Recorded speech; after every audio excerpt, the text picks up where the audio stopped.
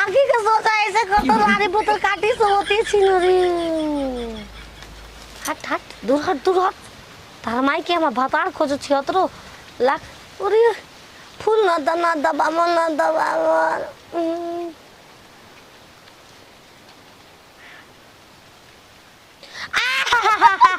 चुमा दे रहा का बन गे हमके घरे पहुंचा के अपने चुमा खेला तो बावल रानी लाल धरिया के माई थी नरिया लखले बिया रोज मामला ओकरा घर जाला पाइप लियावे आज ओइसे लौक गइल त मदरी से लौक गइल हमरा के चल छी खतरो के आज बाई छोड़का के रहबो बताव दिन धारे देख ले हनी अपन आँखी देख ले बानी विश्वास सुना होई त का होई गुबाल के फूल पैकेट में से निकाल के गच देना धराओ तो